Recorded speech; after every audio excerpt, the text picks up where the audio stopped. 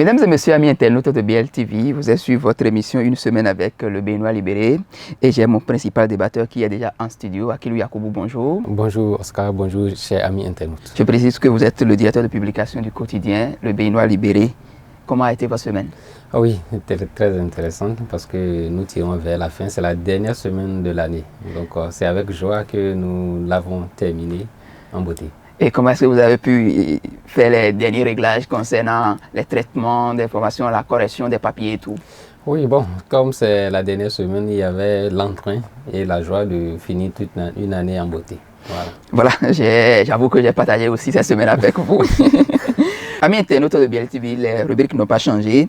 Il y aura d'abord la revue hebdomadaire du quotidien d'Agla, le Béninois libéré, et les nouvelles de l'intérieur de Parakou et autres localités de notre pays. Sans oublier bien sûr la causerie débat en pied d'édition. Sans plus tarder donc, je vous invite à suivre la revue hebdomadaire du quotidien d'Agla avec Vignon Justin Adané. Bonjour à nos amis internautes, merci d'avoir pris une fois encore le rendez-vous de votre émission hebdomadaire au cours de laquelle nous explorons les différentes unes du quotidien Le Béninois libéré pendant une semaine. On démarre par la une du mardi parce que la journée du lundi a été déclarée chômée férié payé en raison de la célébration de la fête de Noël. En mardi, le journal a mis en manchette présidentielle de 2026, Talon contre Bokor. Le combat mortel aura-t-il lieu? S'interroge le journal. Le journal vous propose la réponse et les prévisions de la météo politique. Les détails à la page 5 de votre journal. En deuxième de une. Au JBR en nagé ordinaire à Parakou, plusieurs autres sorties du BR Adambi, Badamassi, Toko et Bida préparent l'échec des adversaires du bloc républicain. Les détails de cet article à la page 3. En bas de page de votre journal, pour la fête de Noël, des milliers de cadeaux distribués aux enfants. Ouragan Fondation Ndeladi donne le sourire aux EPP Zogbo et Ahogbowe. Dans la colonne de votre journal, fête de Noël, le message plein de sens de Rikiat Madougou.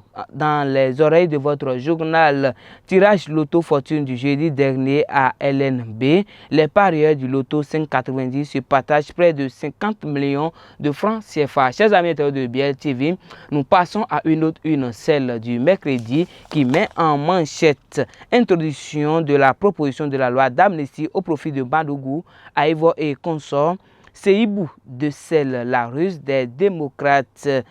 En deuxième de votre journal, crise au Niger, le président de la République, Patrice Talon, prend une décision pour la paix entre le Bénin et le Niger. Les détails à la page 10 de votre journal. En bas de page de votre journal, faits divers, lutte contre la cybercriminalité, 37 présumés cybercriminels raillés de la circulation. Dans la colonne de votre journal, incendie à Kassato, un magasin de stockage de Satom, parti en fumée.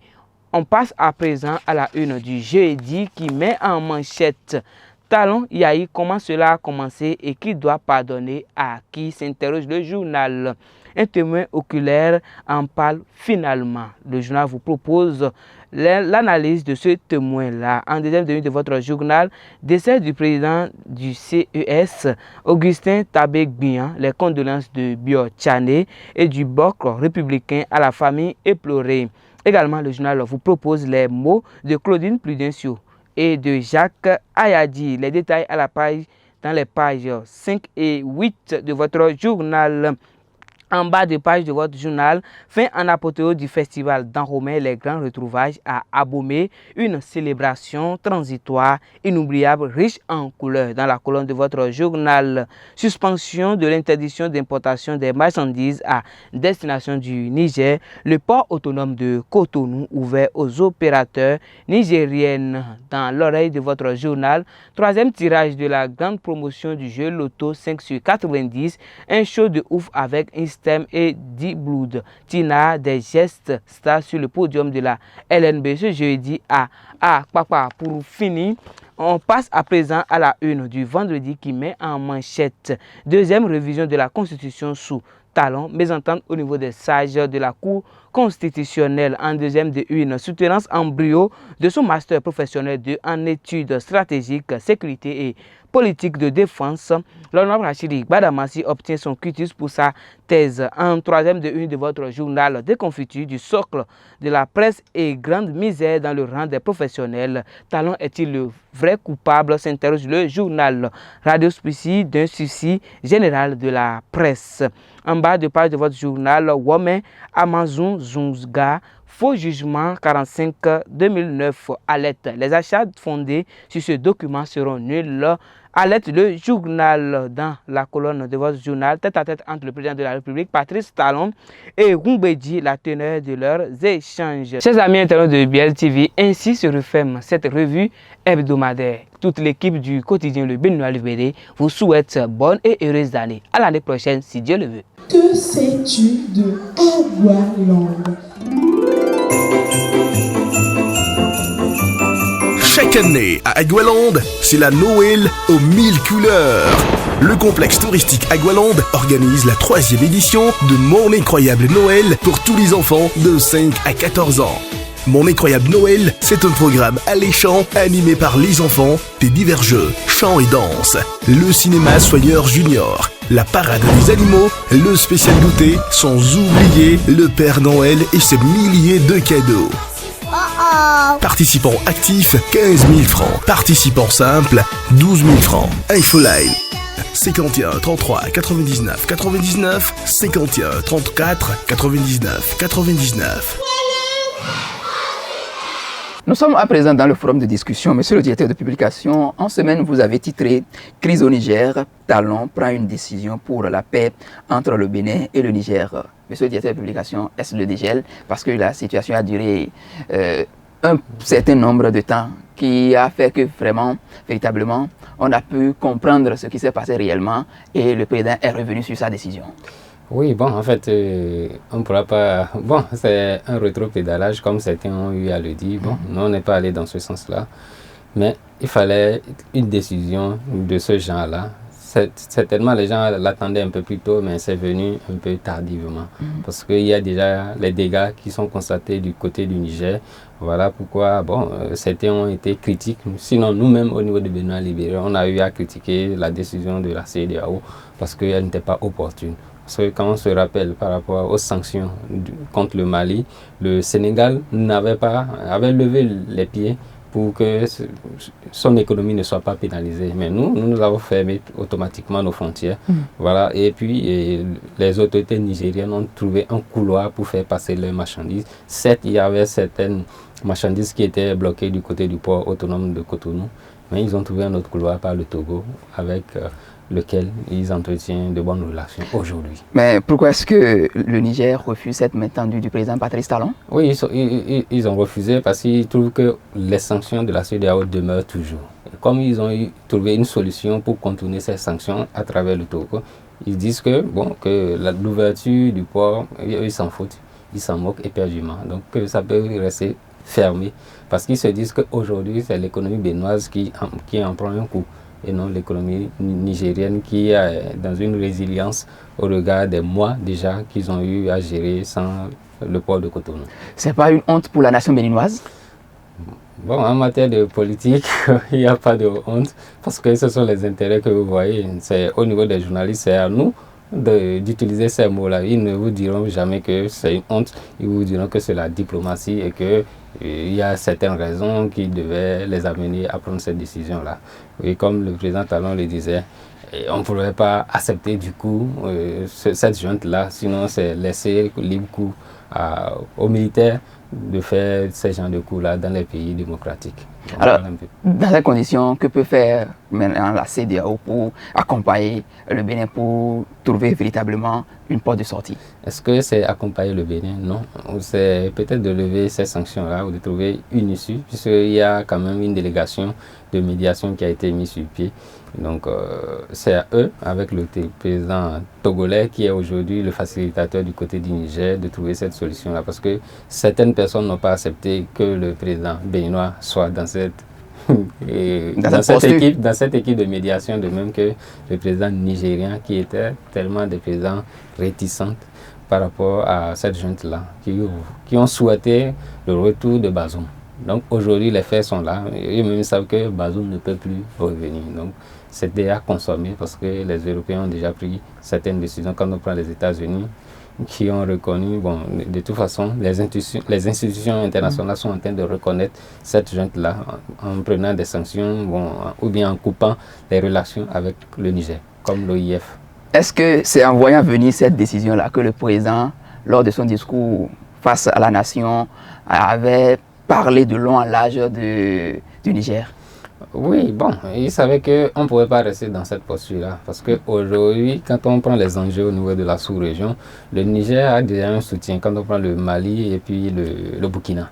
Donc, ils ont soutenu le Niger dans cette crise-là. Donc, au regard de ce que ces pays-là ont eu à endurer, puisque c'est des pays qui sont dirigés par des juntes, le Niger s'est dit, bon, je pourrais gérer mon économie en faisant fi de ces sanctions-là. Certes, ça va jouer contre les Nigériens, mais nous saurons tenir un discours qui va amener les Nigériens à accepter ce que nous leur proposons. Et réellement, ça leur donne raison, puisqu'ils sont là. Et puis, petit à petit, les gens sont en train de les reconnaître, même si on impose certaines sanctions en disant que voilà, parce que c'est une jeune, ce n'est pas un président démocratiquement élu qui est là, on coupe les ponts, tout en sachant qu'il y a certaines régulations qui vont continuer. Avant d'entrer en liaison avec Parakou, quel est votre mot de la fin par rapport à ce sujet?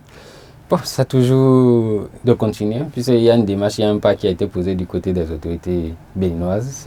C'est à eux toujours d'adresser cette main tendue-là aux autorités nigérianes, parce qu'ils sont dans une posture où ils refusent d'ouvrir leurs frontières en se disant que les sanctions de la CEDEAO sont toujours là. Donc c'est aujourd'hui au Bénin de militer pour que ces sanctions-là soient revues, afin que la paix revienne, ou bien que les relations de bon voisinage puissent demeurer, parce qu'aujourd'hui, elles ne sont pas au beau fixe. Voilà un peu. Vivement que les uns et les autres jouent leur partition, afin que nous ayons véritablement un dégel pour que les relations entre le Bénin et le Niger reprennent vie.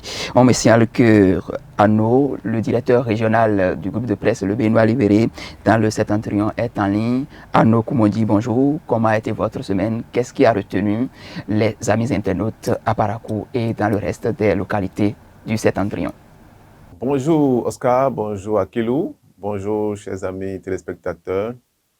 Avant tout propos, j'aimerais souhaiter au nom du groupe de presse Le Béninois Libéré et au nom de la direction régionale de Parakou, je dirais du Septentrion, à tous nos téléspectateurs et à tous nos lecteurs, une très bonne et heureuse année. Que cette nouvelle année 2024 qui va commencer dans quelques heures soit une année de bonheur, de prospérité et de santé pour tout un chacun, afin que nous puissions nous retrouver encore l'année prochaine en très bonne santé pour continuer l'aventure. Alors, ceci étant dit, je voudrais revenir un peu sur le sujet qui a préoccupé les populations ici dans le Septentrion. Cette, comment dirais-je, la levée de l'interdiction des exportations et importations, ou bien je dirais plutôt des transactions avec le Niger. Alors, comme vous le savez, le pays, le port autonome de Cotonou a levé l'interdiction des importations en direction du Niger. Mais automatiquement, le Niger a répondu par une lettre de la Chambre de commerce et de l'industrie du Niger pour appeler les opérateurs économiques à continuer leurs transactions avec les corridors et les ports avec qui ils traitaient après les événements de du 26 juillet 2023. Voilà, en tout cas, cette situation a été beaucoup commentée également par les populations ici. Et les gens se demandent si, est-ce que cette crise-là qui est née entre le Niger et le Bénin va cesser, étant donné que, bien que le président ait finalement dit que bon, c'était une décision de la CEDEAO et que maintenant que tout cela est passé, il faut mettre ça derrière et avancer. Voilà, maintenant, le Niger également réagit et tout ça encore va continuer. Et des trucs là. Moi, je pense que, comme beaucoup de populations, il va falloir que ces deux pays-là finissent par s'entendre pour que cette situation-là puisse passer derrière. C'est vrai, ce sont des États. Je crois que la diplomatie doit se mettre en branle pour que ces velléités de tension qui renaissent un peu là puissent être aplanies afin que le Bénin et son voisin qui partagent des frontières, qui partagent des populations, qui partagent des cultures, puissent finalement s'entendre et que tout se passe dans de meilleures conditions. Donc voilà un peu tout ce qui a été dit, tout ce qui a été commenté et tout au sein de la population ici à Parakou. Que sais-tu de Agwaland? Chaque année à Agwaland, c'est la Noël aux 1000 couleurs. Le complexe touristique Agwaland organise la 3e édition de Mon Incroyable Noël pour tous les enfants de 5 à 14 ans. Mon Incroyable Noël, c'est un programme alléchant animé par les enfants, des divers jeux, chants et danses, le cinéma Soyeur Junior, la parade des animaux, le spécial goûter, sans oublier le Père Noël et ses milliers de cadeaux. Participants actifs, 15 000 francs. Participants simples, 12 000 francs. Infoline 51 33 99 99 51 34 99 99. Merci à vous, Arnaud, et merci à tous nos amis internautes de l'autre côté du septentrion. On revient en studio pour continuer cette discussion. Monsieur le directeur de publication, vous avez mis en manchette du vendredi, dans la parution, 2e révision de la Constitution sous talon, mésentente au niveau des 7 sages. Pourquoi une seconde révision? On sentait réellement sur la nécessité d'une seconde modification qui pourra laisser peut-être cours à d'autres, parce qu'il y avait des choses encore à corriger. Comme les parrainages. Les parrainages par rapport à la présidentielle, on se demande qui donnera ce parrainage-là. Est-ce que ce sont les députés de la 9e législature ou bien ceux de la 10e, compte tenu des différentes dates du dépôt des dossiers. Oh, d'accord. Donc voilà le problème qui se pose. Donc les gens même savent qu'il y avait cette nécessité-là en se disant qui sont ceux qui vont donner ces parrainages-là. Et les enjeux tournent autour de là. Donc il y avait eu même des discussions en son temps où je me rappelle l'ancien ministre Dianotin disait voilà, ce sont les députés de la 9e législature qui sont habilités à donner le parrainage pour les candidats pour la présidentielle de 2026. Aujourd'hui, cette question-là, on va régler parce que avant que la présidentielle, le premier tour de la présidentielle ne tienne, ce sont les députés de la 10e législature qui seront installés. Donc, quitte à eux de donner les parrainages pour le président qui sera élu. Voilà cette question-là qu'on est en train de résoudre. Maintenant, principalement, qu'est-ce qui est la cause de la mésentente entre ces 7 sages-là? Est-ce que certains ne sont pas d'accord? Qu'est-ce qui ne va pas réellement? Parce que je n'arrive pas à concevoir réellement ce que vous êtes en train d'expliquer. Oui, en fait, il y a d'abord la question de la date, où, bon, certainement, la pilule a été acceptée. Maintenant, le blocage réside au niveau de qui est habilité à donner ces parrainages-là. Parce que dans la Constitution qui serait modifiée, ou bien dans la proposition de modification, on voudrait que ce soit le parti qui donne ces parrainages-là. Donc,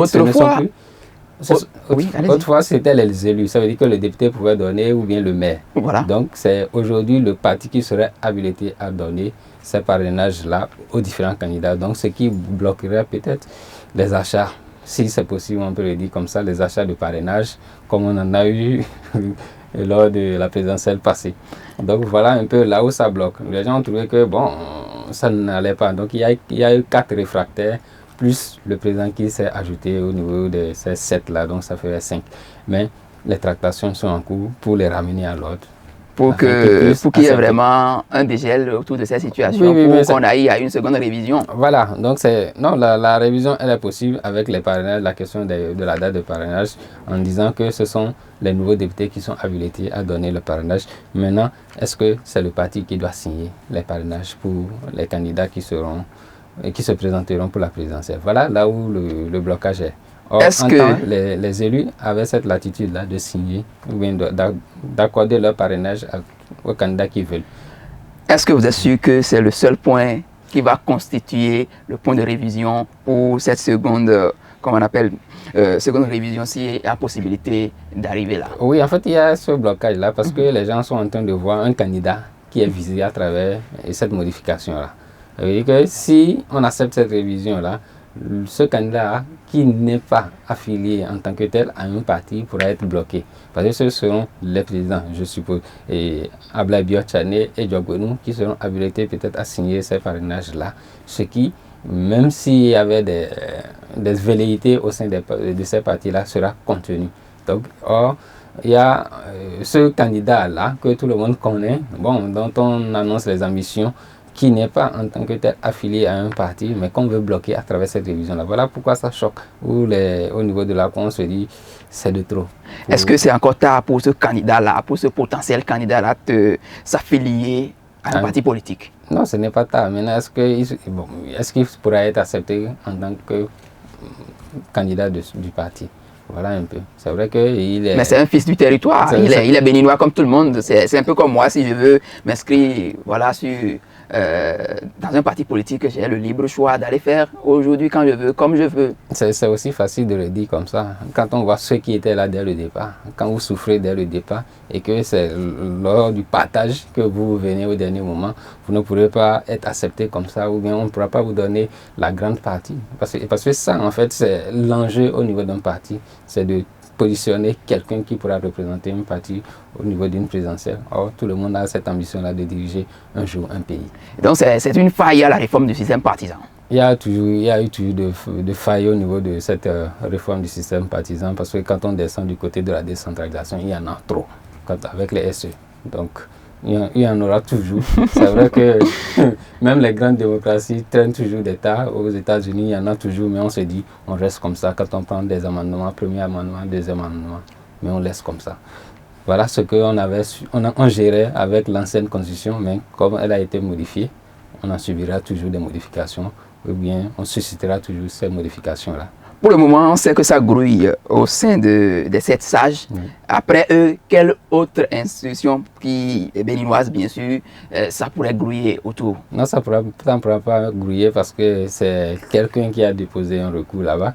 La Cour fera seulement injonction au Parlement qui ne peut qu'exécuter. Ah, donc c'est la Cour qui dira, voilà, il y a cette nécessité-là de modifier la Constitution. Alors vous avez telle période pour modifier la Constitution. Et là, quand c'est une décision qui vient de la Cour, vous exécutez. Parce qu'on a toujours dit que les décisions de la Cour sont... sans recours. Sans recours. Votre mot de la fin par rapport à ce sujet? Le 2024 nous promet de belles empoignades avec cette affaire de modification. De belles surprises, vous direz? De belles surprises, oui, et de belles empoignades aussi. Vivement qu'on n'arrive pas là. Oui, vivement. Bon, de toute façon, c'est en politique, tout est possible. Et puis, les ambitions, elles se nourrissent au gré des ambitions. Vous êtes de publication. Vous avez un message pour vos internautes, comme on appelle les lecteurs de Benoît Libéré, parce que c'est le dernier numéro de l'année. Oui, aux internautes et aux lecteurs du Benoît Libéré, aujourd'hui, ceux qui nous suivent au niveau du groupe de presse, je les remercie de leur confiance et que je leur promets de belles choses, de belles surprises au cours de la nouvelle année. Et je profite pour leur souhaiter une bonne, heureuse année et que les bénédictions soient. Amen. Amen. Pareil pour vous, que tout ce dont vous avez besoin pour la prospérité dans votre famille se réalise. Amen. Mesdames et messieurs, amis internautes de BL TV, c'est sur ces mots que nous mettons un thème à ce numéro de votre émission. Heureuse année 2024 à chacun et à tous sur les programmes de BL TV.